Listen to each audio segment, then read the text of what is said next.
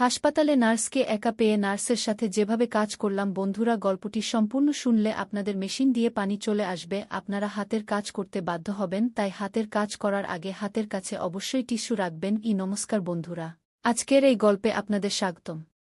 এই গল্পে আমি একটি ছেলের চরিত্রে আপনাদের সামনে হাজির হচ্ছি। আমার নাম নিহার। একদিন আমি ডাক্তারের ক্লিনিকে গিয়েছিলাম, তখন আমার মনে হয়েছিল সবকিছু স্বাভাবিকই হবে। শুধু একটি সাধারণ পরীক্ষা করাতে হবে, আর কিছুই না। কিন্তু যখন নার্স ঘরে এল, তখন সে কিছুক্ষণ ধরে আমাকে মনোযোগ দিয়ে দেখল। তার চোখে একটু অন্যরকম মায়া ছিল। আর যখনই সে আমার দিকে তাকাল, পরিবেশে কিছুটা পরিবর্তন অনুভব করলাম। আমি সেই ঠান্ডা, পরিষ্কার ঘরে বসেছিলাম যেখানে দেয়ালগুলো সাদা রঙের ছিল এবং সবকিছু থেকে ওষুধের হালকা গন্ধ আসছিল। এটা সেই ঘর যেখানে মানুষ সাধারণত তাদের পরীক্ষা করাতে আসে। আমিও শুধু আমার পরীক্ষা করাতে এসেছিলাম, যা আমি অনেক দিন ধরে পেছান দিয়ে আসছিলাম। কিন্তু সেই দিন কিছুটা অন্যরকম লাগছিল। সেই দিন যখন নার্স এল, একদম হাসিমুখে ভঙ্গিতে সে বলল যে ডাক্তার আসা পর্যন্ত আমাকে কিছুক্ষণ অপেক্ষা করতে হবে। আমি বললাম ঠিক আছে। তখন আমি কিছুই আলাদা হওয়ার আশা করিনি। শুধু সেই পুরনো প্রশ্নগুলো, একটি ছোট্ট পরীক্ষা, এবং তারপর আমি আমার পথে। কিন্তু যখন সে কয়েক মিনিট পরে আবার ঘরে এল, তখন আমাদের মধ্যে আচরণে কিছুটা পরিবর্তন এসেছিল। সে যুবতী ছিল, প্রায় ২-৫ বছরের কাছাকাছি। তার তীক্ষ্ণ দৃষ্টি এবং মারাত্মক হাসি যা আগে বেশ স্বাভাবিক মনে হয়েছিল, কিন্তু এখন যখন সে এল, তখন সে তার হাতে কাগজের প্রেসক্রিপশন নিয়ে দেখছিল।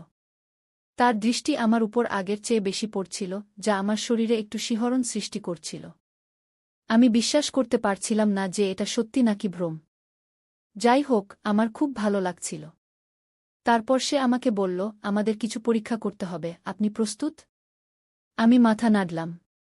তারপর আমি চেষ্টা করলাম নিজেকে স্বাভাবিক দেখাতে, কিন্তু ঘরে যে অদ্ভুত উত্তেজনা ছিল, তা এখন অনুভব হচ্ছিল। সে আমার কাছে এল এবং বিছানার পাশে দাঁড়াল। আর যখন সে আমার নাড়ি পরীক্ষা করার জন্য হাত বাড়াল, তখন তার আঙ্গুলগুলো হালকাভাবে আমার বাহু স্পর্শ করল। সেই স্পর্শ একদম নির্দোষ ছিল, কিন্তু কিছুক্ষণের জন্য একটু বেশি সময় ধরে থাকল এবং তা আমার ভেতরে এক অদ্ভুত অনুভূতি সৃষ্টি করল। তখন আমি তার দিকে তাকালাম এবং তার চোখে একটু পরিবর্তন দেখলাম, যেন সেও ঠিক সেই অনুভূতি অনুভব করছিল যা আমি করছিলাম। তারপর কিছুক্ষণ পরে সে বলল, ভালো, এখন তোমার প্যান্ট খুলে ফেলো, আমাকে আরও কিছু চেক করতে হবে। তার কণ্ঠস্বর এখনও নিচু ছিল, কিন্তু তাতে কিছু আলাদা ছিল যা আমি বুঝতে পারছিলাম না।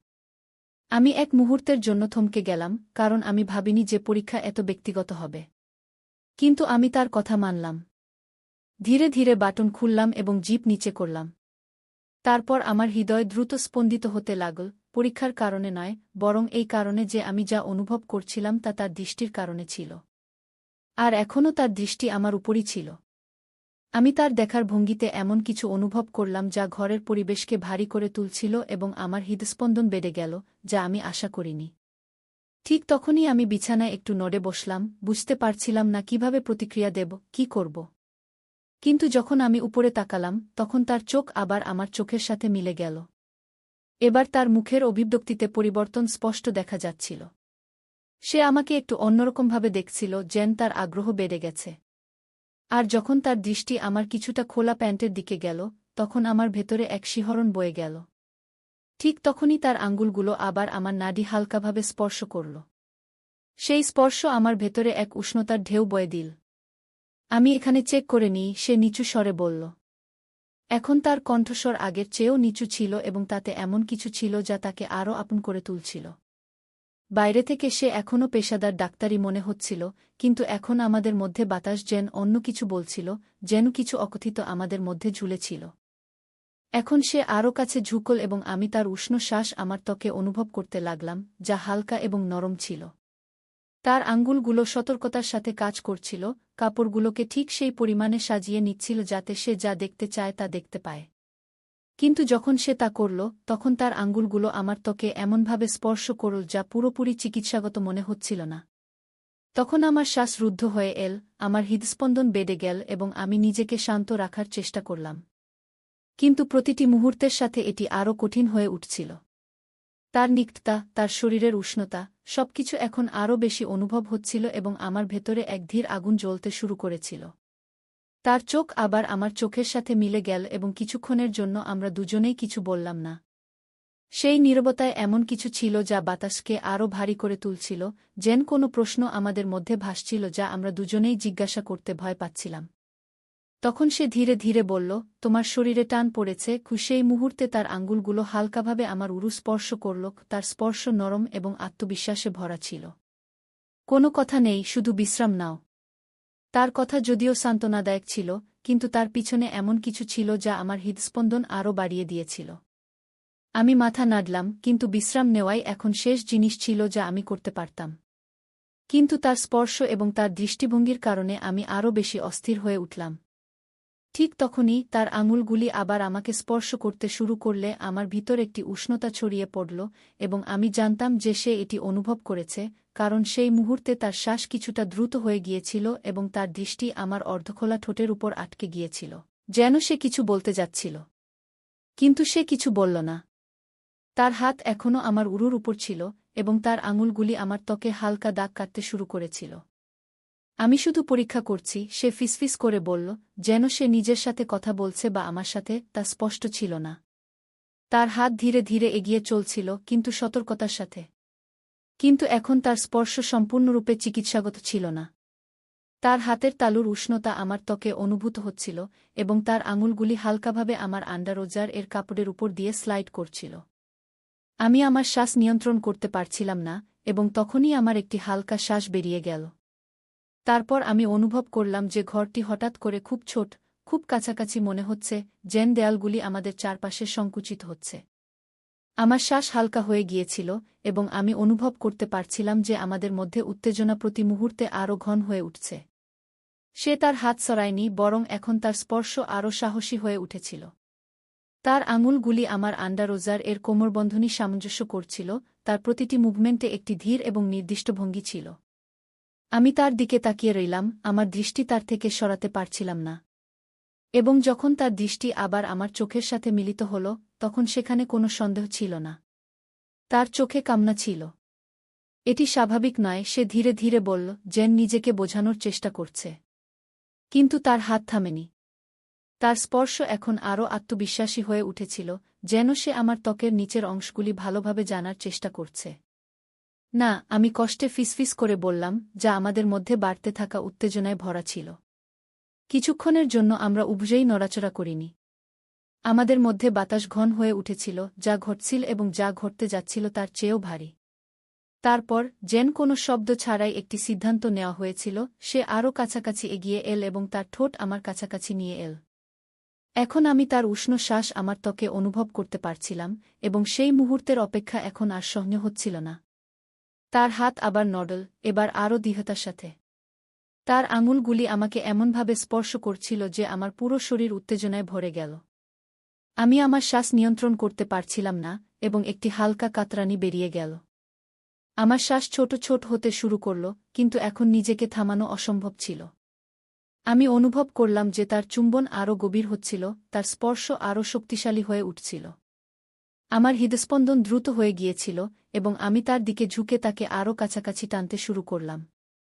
তার শরীরের উষ্ণতা আমার শরীরের সাথে সংঘর্ষ করছিল, এবং সেই শীতল চিকিৎসাগত পরিবেশের অনুভূতি যেন অদৃশ্য হয়ে গিয়েছিল। এখন শুধু আমাদের মধ্যে বাড়তে থাকা সেই ঘনিষ্ঠতা ছিল, যা প্রতি মুহূর্তে আরও গভীর হয়ে উঠছিল। তার শ্বাস দ্রুত হচ্ছিল, এবং তার ঠোঁট আমার মুখ থেকে গলার দিকে চলে গেল, যেখানে সে হালকা এবং উষ্ণ চুম্বনের একটি সিরিজ তৈরি করল। আমার ত্বকে একটি অদ্ভুত স্পন্দন হচ্ছিল। তারপর আমি আমার হাত তার কোমরে রাখলাম এবং তাকে আরও কাছাকাছি টেনে নিলাম, যেন আমি তার আকর্ষণ থেকে নিজেকে দূরে রাখতে পারছিলাম না। প্রতিটি স্পর্শ, প্রতিটি নড়াচড়া যেন একটি প্রতিশ্রুতি ছিল, একটি অকথিত কামনা যা আমরা কখনো ভাবিনি কিন্তু এখন সম্পূর্ণরূপে তার নিয়ন্ত্রণে ছিল। আমার এটি করা উচিত নয়, সে ধীরে ধীরে বলল, তার কণ্ঠ আমার ত্বকে হালকাভাবে স্পর্শ করছিল। কিন্তু তার কণ্ঠে কোনো দ্বিধা ছিল না। সে থামার কোনো ইচ্ছা দেখায়নি। তার কথাগুলি এই মুহূর্তটিকে আরও গভীর করে তুলেছিল, যেন আমরা দুজনেই এমন একটি সীমানা অতিক্রম করছি যেখান থেকে ফিরে আসা সম্ভব নয়। এবং এখন আমি নিজেকে থামাতে পারছিলাম না। তার হাত ধীরে ধীরে নিচের দিকে এগিয়ে চল, এবং যখন সে আমাকে স্পর্শ করল, তার স্পর্শ নরম এবং গভীর ছিল, যা থেকে আমার মুখ থেকে একটি হালকা শ্বাস বেরিয়ে গেল। আমার শরীরের প্রতিটি অংশ যেন জেগে উঠেছিল এবং তার আঙুলগুলি আমাকে এমন আনন্দে ভরে দিয়েছিল যা আমি সহ্য করতে পারছিলাম না। তার আঙুলগুলি আমার শরীরের উপর ধীরে এবং চিন্তাভাবনা করে দাগ কাটছিল, যেন আমাকে উত্ত্যক্ত করছে, আমাকে পরীক্ষা করছে। অপেক্ষা অসহনীয় হয়ে উঠেছিল। প্রতিটি মুহূর্ত যেন টেনে নিচ্ছিল এবং আমি আমাদের মধ্যে বাড়তে থাকা উত্তেজনা অনুভব করতে পারছিলাম। তুমি এটিকে থামানো কঠিন করে তুলছ, আমি ধীরে এবং স্বাভাবিক কণ্ঠে বললাম, আমার শব্দগুলি কষ্টে বেরিয়ে আসছিল। আমি তার হাসি আমার গলায় তার নিঃশ্বাসের উষ্ণতা অনুভব করছিলাম, যা নরম এবং গরম ছিল, এবং সে এখনও আমার ত্বককে গভীরভাবে পর্যবেক্ষণ করছিল। আমি এখন থামার চেষ্টা করছিলাম না। তার ফিসফিসানোর কোনো উপায় ছিল না, শুধু এগিয়ে যাওয়া, সেই আকাঙ্ক্ষায় ডুবে যাওয়া যা আমাদের দুজনকে আটকে ফেলেছিল। তখন আবার তার আঙুলগুলি আমার আন্ডারওজারের কোমরবন্ধে এসে থেমে গেল, যেন সে কোনো সংকেতের অপেক্ষায় আছে। তার চোখে সেই কাঁচা আকাঙ্ক্ষা ছিল যা আমার শরীরে ছুটে বেড়াচ্ছিল। আমি মাথা নেড়ে তাকে জানিয়ে দিলাম যে এটা ঠিক আছে, যে আমিও ঠিক ততটাই চাই যতটা সে চাইছিল। যেই তার আঙুলগুলি নিচে নামল এবং সে আমাকে স্পর্শ করল, আমার শরীরে বিদ্যুতের মতো একটি তরঙ্গ ছুটে গেল এবং আমার সমস্ত শরীর তার স্পর্শের প্রতি প্রতিক্রিয়া জানাতে শুরু করল। আমার নিঃশ্বাস আটকে গেল এবং আমি নিশ্চিত ছিলাম যে সে এটা অনুভব করেছে। তার আঙুলের আত্মবিশ্বাস আমার হুঁশ উড়িয়ে দিয়েছিল। তার প্রতিটি চলন চিন্তাভাবনা করে করা হয়েছিল এবং সে আমার শরীরে সুখের তরঙ্গ ভরে দিয়েছিল। আমার হাত তার কোমরে শক্ত হয়ে লেগে গেল এবং আমি তাকে আরও কাছে টেনে নিলাম। এখন নিজেকে তার স্পর্শ থেকে বাঁচানো অসম্ভব ছিল। আমাদের মধ্যে বাতাস অপেক্ষায় ভারী হয়ে গিয়েছিল। প্রতিটি নিঃশ্বাস গভীর হচ্ছিল এবং প্রতিটি মুহূর্ত আমাদের উপর সেই কাজের বোঝা চাপিয়ে দিচ্ছিল যা আমরা করছিলাম। আমি তার নাড়ি আমার আঙুলের নিচে অনুভব করতে পারছিলাম, যা আমার নিজের হৃদস্পন্দনের মতো দ্রুত স্পন্দিত হচ্ছিল। যেন আমাদের মধ্যে তীব্রতা প্রতি মুহূর্তে বাড়ছিল। তুমি এসব করে আমাকে পাগল করে দিচ্ছ, আমি কর্কশ কণ্ঠে বললাম। কিন্তু সে শুধু হাসল। তার ঠোঁট আমার কানে হালকা করে স্পর্শ করল এবং তার আঙুলগুলি ধীরে ধীরে একটি তালে চলতে থাকল। সে ভালোই জানত সে কি করছে এবং আমার মাথায় শুধু তারই অনুভূতি ছিল। তার হাতের স্পর্শ এবং তার শরীরের আমার সাথে ঘর্ষণ। এটা ভালো, সে হেসে ফিসফিস করল। তার কণ্ঠে যে আনন্দ ছিল তা স্পষ্ট শোনা যাচ্ছিল, যেন সে আমার প্রতিক্রিয়ায় অত্যন্ত সন্তুষ্ট। তার ঠোঁট আবার আমার ঠোঁটে এল, একটি গভীর, উত্তপ্ত চুম্বন নিয়ে যা আমাকে নিঃশ্বাসহীন করে দিল। আমার সমস্ত শরীর সেই তীব্রতায় কাঁপছিল। আমার মনে হচ্ছিল আমি নিজের উপর নিয়ন্ত্রণ হারাচ্ছি। সেই ধীর, স্থির জ্বালা এখন আরও বাড়ছিল, কিছু এত জোরালো যে আমি তা থামাতে পারছিলাম না। প্রতিটি স্পর্শ, প্রতিটি চুম্বন আমাকে কিনারার দিকে ঠেলে দিচ্ছিল এবং আমি অনুভব করছিলাম যে সেও এটা বুঝতে পেরেছে। তার আঙুলগুলি এখন আরও দ্রুত চলতে শুরু করল। তার শরীর আমার সাথে আরও শক্ত করে লেগে গেল এবং আমি জানতাম যে আমরা দুজনই এই মুহূর্তে একে অপরের মধ্যে হারিয়ে গেছি।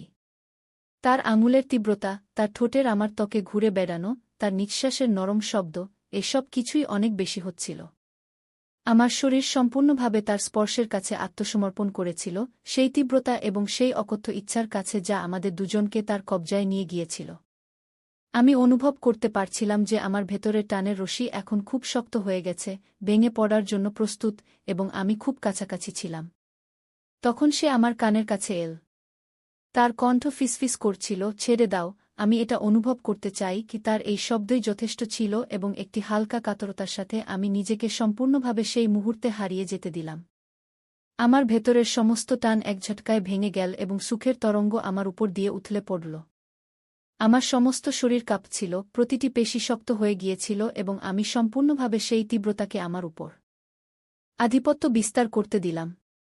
আমার নিঃশ্বাস দ্রুত এবং অনিয়মিত হয়ে গিয়েছিল, যেন সেই অনুভূতি আমাকে সম্পূর্ণভাবে ঘিরে ফেলেছে। সে আমাকে তার কাছাকাছি শক্ত করে ধরে রেখেছিল। তার আঙুলগুলি এখনও হালকা করে চলছিল, আমাকে ধীরে ধীরে এই সুখদ অনুভূতি থেকে বের করে আনছিল। তার ঠোঁট আমার গলা, গাল এবং ঠোঁটে নরম চুম্বন দিচ্ছিল। আমি তার গরম, স্থির নিঃশ্বাস অনুভব করতে পারছিলাম যখন সে ধীরে ধীরে আশ্বাসভরা শব্দ বলছিল। তার শরীর আমার সাথে শক্ত করে লেগেছিল, যেন আমরা দুজন একে অপরের মধ্যে মিশে গেছি। সেই মুহূর্তের পরে ঘরে একটি অদ্ভুত নিস্তব্ধতা ছিল। সেই টান এখন অদৃশ্য হয়ে গিয়েছিল এবং তার বদলে আমাদের মধ্যে একটি অকথিত কিন্তু গভীর বোঝাপড়া এসে গিয়েছিল। আমি টেবিলের দিকে পিছনে হেলিয়ে আমার নিঃশ্বাস নিয়ন্ত্রণ করার চেষ্টা করছিলাম যখন সে এখনও কাছে দাঁড়িয়েছিল। তার হাত আমার বুকের উপর হালকা করে ঠেকানো ছিল। তারপর তার চোখ আমার সাথে মিলিত হল এবং তখন সে লজ্জা পেল, যার পরে সে আমার বুককে শক্ত করে চেপে ধরল। বেশ কিছুক্ষণ আমরা দুজনেই কিছু বলিনি। আমাদের মধ্যে নিস্তব্ধতা এখন শান্তিতে ভরা ছিল, সেই গুরুভার অনুভূতিতে যা আমরা এইমাত্র একে অপরের সাথে ভাগ করেছি। আমার এটা করা উচিত ছিল না, সে ধীরে ধীরে বলল, তার কণ্ঠে হালকা দোলা ছিল। কিন্তু আমি মাথা নেড়ে তাকে চুপ করিয়ে দিলাম। তার মুখ হালকা করে স্পর্শ করতে গিয়ে আমার কোনো আফসোস ছিল না। হ্যাঁ, আমি ধীরে ধীরে বললাম, এবং এটি সত্য ছিল। পরিস্থিতি যাই হোক না কেন, যা কিছু ঘটেছিল তাতে আমার কোনো আফসোস ছিল না। সে আমাকে যে অনুভূতি দিয়েছিল তা এমন কিছু ছিল যা আমি কখনই ভুলতে পারব না। তখন তার চোখে নরমতা এলো এবং তার ঠোঁটে একটি হালকা হাসি ফুটে উঠল, যখন সে ধীরে ধীরে আমার ঠোঁটে শেষবারের মতো একটি নরম চুম্বন দিল। তারপর সে হালকা করে হাসল এবং আমরা দুজনেই কিছুক্ষণ একে অপরের দিকে তাকিয়ে রইলাম। ঘরে এখন একটি অদ্ভুত শান্তি ছিল, যেন সবকিছু নিজে নিজেই ঠিক হয়ে গেছে। সে ধীরে ধীরে আমার দিকে হাত বাড়াল এবং আমি তার হাত ধরে ফেললাম। এখন আর কিছু বলার প্রয়োজন ছিল না। এখন আমাদের কি করা উচিত, সে ধীরে ধীরে জিজ্ঞাসা করল। তার কণ্ঠে হালকা চিন্তা ছিল, কিন্তু তার মুখ এখনও শান্ত ছিল। আমি তার দিকে তাকালাম এবং হালকা করে হাসলাম। যাই হোক না কেন, আমরা একে অপরের পাশে থাকতে পারি, আমি বললাম। সে মাথা নাড়ল এবং হাসল, যেন আমার কথা তাকেও স্বস্তি দিয়েছে। তারপর আমরা একে অপরের হাত ধরে ঘর থেকে বেরিয়ে এলাম। যা কিছু ঘটেছিল তা এখন অতীত, কিন্তু যে অনুভূতি আমাদের মধ্যে তৈরি হয়েছিল তা এখনও গভীর এবং সত্য ছিল। এখন আমরা দুজন একসাথে ছিলাম, এবং এটাই ছিল সবচেয়ে বড় কথা। বাকি জিনিসগুলো সময়ের সাথে সাথে নিজে নিজেই ঠিক হয়ে যাবে। তো বন্ধুরা, এটা ছিল আমাদের আজকের ছোট্ট গল্প। আপনি এই গল্পটি কেমন লাগলো তা কমেন্ট করে অবশ্যই জানাবেন। যদি গল্পটি আপনার ভালো লেগে থাকে, তবে এটি লাইক করুন এবং আপনার বন্ধুদের সাথে শেয়ার করুন। আগামীতেও এমন রোমাঞ্চকর গল্পের জন্য আমাদের চ্যানেলটি সাবস্ক্রাইব করুন এবং বেল আইকন টিপতে ভুলবেন না, যাতে আপনি আমাদের কোনো গল্প মিস না করেন। ধন্যবাদ।